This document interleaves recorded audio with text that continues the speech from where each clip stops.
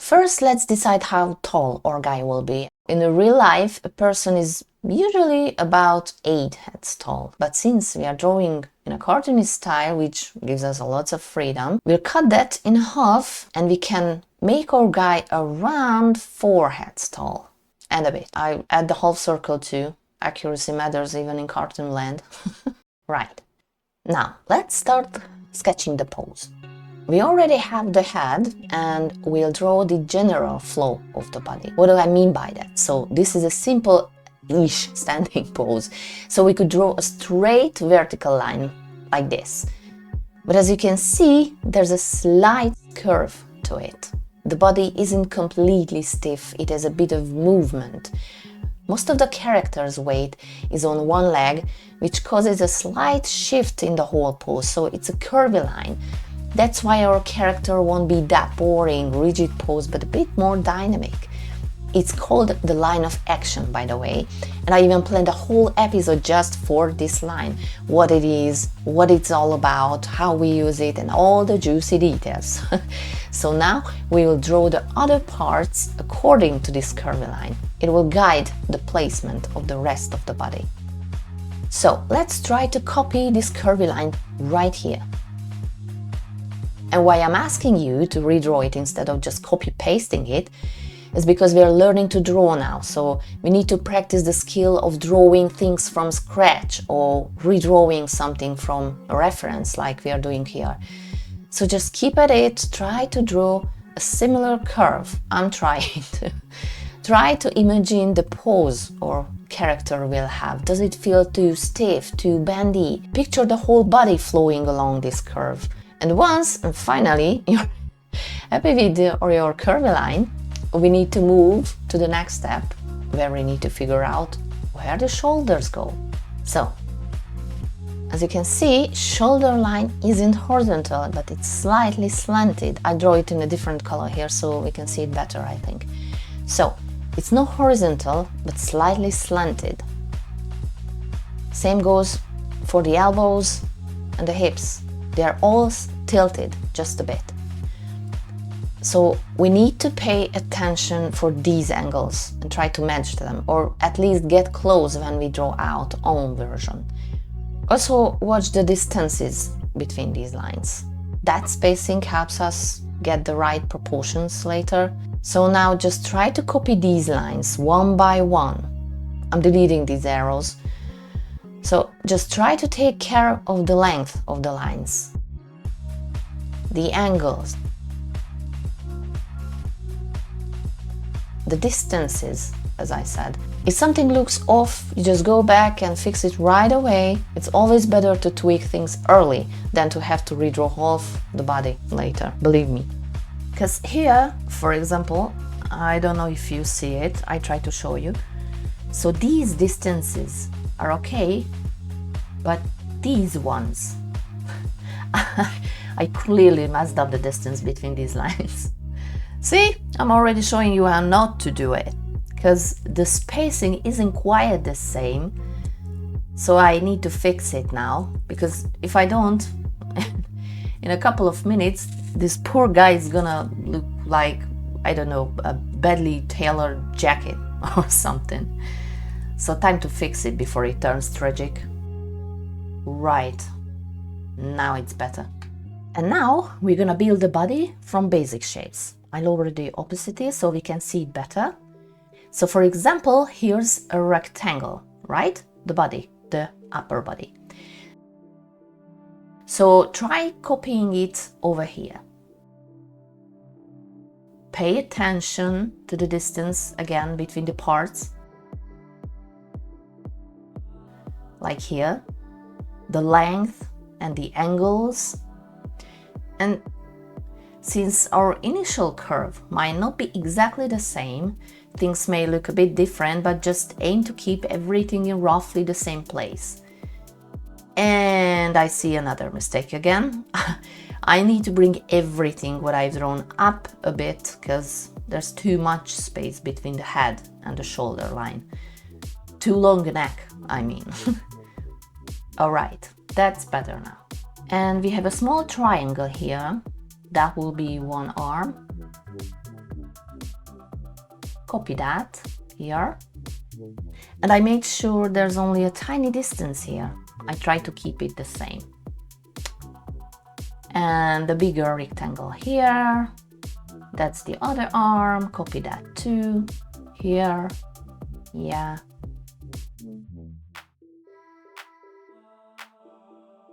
We've got another rectangle for the legs. Copy it carefully. Like this. Right.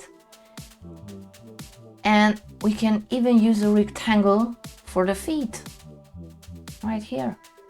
See?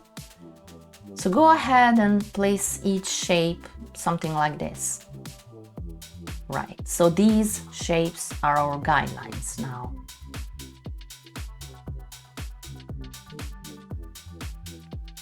And I can see that this distance is still too long, so I'm going to bring everything up a bit more. I'm just checking to make sure I'm moving the right layers, like this. Okay. And now let's take a step back and look at the whole pose without the guidelines, because it's easier to judge like this. Does it match the posture we want? Check the line of action again, since that's the foundation of our standing character. Is it too bendy, too stiff, or just right? If something feels off, tweak the shapes where needed. Feel free to pause the video anytime. I wait for you. Well, I won't, but the video will. And if it looks good, let's start refining our lines along those guides. I'm gonna make a new layer, lower the opacity of the sketch, and start drawing with smoother, curvier lines. Try to stick to our guidelines and shapes, but this time focus on the form of each line.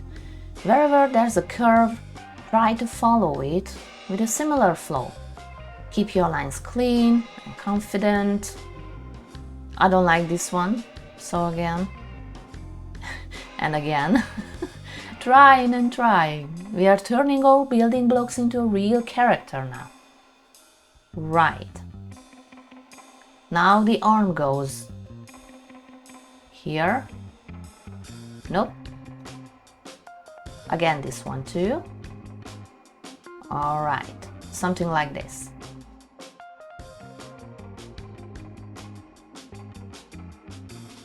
The other arm goes here. I'm rounding out the elbow. I don't want to leave anything too pointy or stiff this time. So what we are practicing now is copying from a reference, but over time, a lot of time and a lot of practice, of course, we'll be able to draw from imagination. And once we get used to that habit, well, it's not exactly a habit, it's more like developing the ability to see things differently, you know, like what we just did, looking at reference and figuring out how to copy it. For example, I'm trying to draw this leg now. So what kinds of shapes could we use to build it up? Eventually, that way of seeing becomes second nature, and over time we'll be able to picture it all in our minds without needing a reference and just start drawing straight from that mental image. But first, we need to learn how to see it. And even though this isn't some cartoon style trick, but a general skill, I should make a whole video about it sometime to show you more on how to develop this ability to see things differently, so you and me, of course, can draw them from imagination. And we are back at the neck again. This neck just keeps ending up too long, so I need to bring the body up one more time, like this. And now we can finally draw the proper neck. It always looks tricky for some reason. I always draw it kind of weird. What do you think? It's better now, isn't it? Are you struggling with this part too? Oh, I'm not sure how much it affects things, but maybe we need to adjust the neck of the sweater too. Maybe it's the sweater's neck's fault. Yeah, let's blame that. Always safer than blaming ourselves. Okay, joking. Completely my fault. Yeah. A bit more adjustment. Right.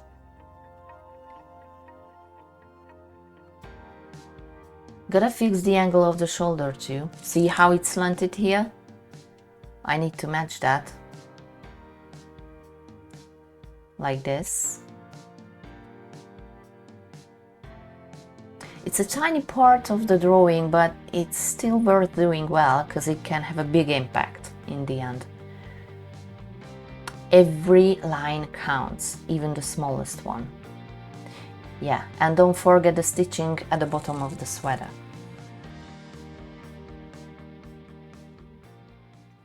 Okay, now I'll move on to the feet, starting with this one.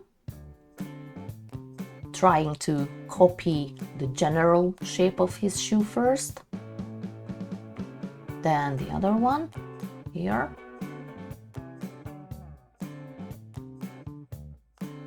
Like this. After that, I start adding the details, refining the lines and everything. I know this might not be the best way to do it, but I've seen so many different techniques for how artists work out their lines, how they build up their drawings, but what I've almost never seen is how they got there, how they actually learned to draw. I mean, I've hardly ever seen people show the real struggle behind learning to draw, like I'm doing right now. I'm trying to figure out the proper lines for the wrinkles in his trousers, but oh my god. Which, by the way, I'm definitely going to make another video about, you know, clothes and wrinkles, how to draw them. I mean, how to draw wrinkles onto the clothes. I don't even know how many times I'm going to tell you that. So yeah, wrinkles on clothes. How does gravity affect fabric? What kinds of folds and wrinkles show up on different parts of the body? Like, there are tight areas with tons of wrinkles, like around the armpits or down here where his trousers bunch up around his shoes. And then there are looser spots like across the chest or back where the fabric falls more gently. So yeah, we'll deep dive into this topic too. And I seriously need to do some deep research myself because clearly I've got a bit of a wrinkle problem going on down here at the bottom of his trousers. So yeah, I think I was just saying before I got distracted by wrinkles that I haven't seen many videos about how artists, showing the actual struggles artists go through while learning to draw. And I have heard here and there that people actually like seeing that side of things too. And honestly, I'm really curious myself, you know, like how did those brilliant cartoonists and all other artists out there learn all the stuff they know today? What are their struggles? And that's part of why I thought it might be fun to show you my struggles during my learning process, but of course in a way that I also want to make sure I'm giving something useful along the way. So I'm trying my best to explain everything I know from experience as clearly as I can. So I hope you're enjoying it. And if you are, just please boop the like button because it helps me a ton to know I'm on the right track and to keep making videos like this. And what I'm still trying to do here is make this guy look as close to the original one as possible. And beyond at this point, I'm just moving stuff around until it stops looking weird. Fix the small mistakes, adjust the proportions and clean up the bigger issues here and there. So Basically, I'm chasing that mythical, totally non-existent perfect version.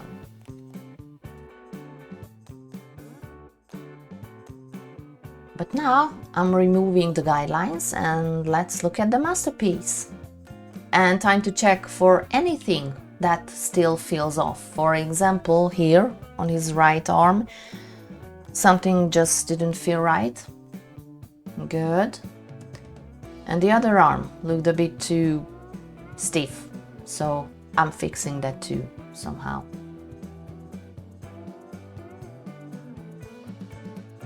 Like this. See, there's always something to improve. Oh, but now the shoulder looks too wide, so I'll just tighten that up a bit and maybe a little wider again. Oh man, hang in there, we're almost done. I just can't leave you staring at this poor guy with his arms all twisted. And that, dear viewer, is the final result of today's lesson, courtesy of AnillArtComics, the Twisted Arm edition. Oh my god! And finally, I draw his back too. See? It's not a straight line either, it's slightly bent.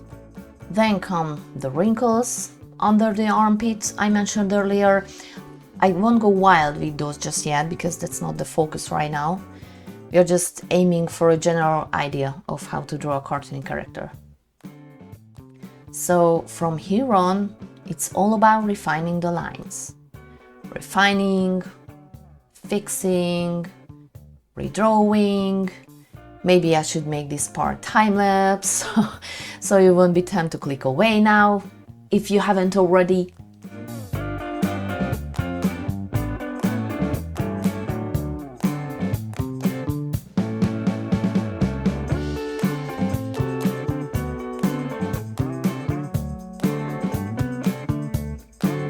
So, I think that's it. We finally finished drawing his body. Woo! What do you think? Not too bad, right? Let's quickly rewind and see what we actually built here today. First, we decided of his height, using his head as our trusty measuring unit. Then, we established the line of action to give him some flow and energy. Along that line, we sketched out basic shapes for the body parts. After that, we replaced those simple shapes with actual body parts and slowly carving out our character like a statue. Finally, we added some fun details like wrinkles at the bottom of his trousers and a seam on the shoulder of his sweater. These little add-ons help bring the drawing to life. And what about your character? How did it go? I'm really curious, so let me in the comments, because you know what? Don't get discouraged if it didn't turn out exactly the way you wanted or you hoped. I'll tell you a little secret, a little behind-the-scenes secret, because I don't want you to think that just because I managed to draw Fred easily, yeah, I ended up naming him.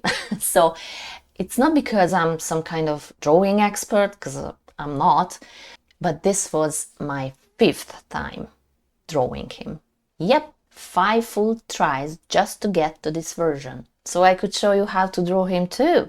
So if your first try didn't hit the mark, and maybe you're staring at your drawing thinking, well, that's not what I hoped for, then check this out, because I have something funny to show you.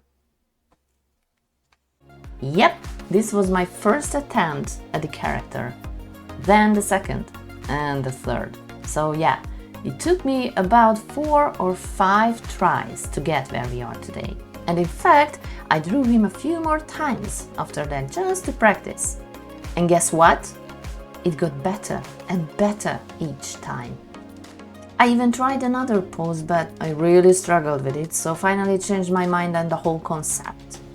Here's the wireframe of the character too, and as you can see, the line of action was totally missing.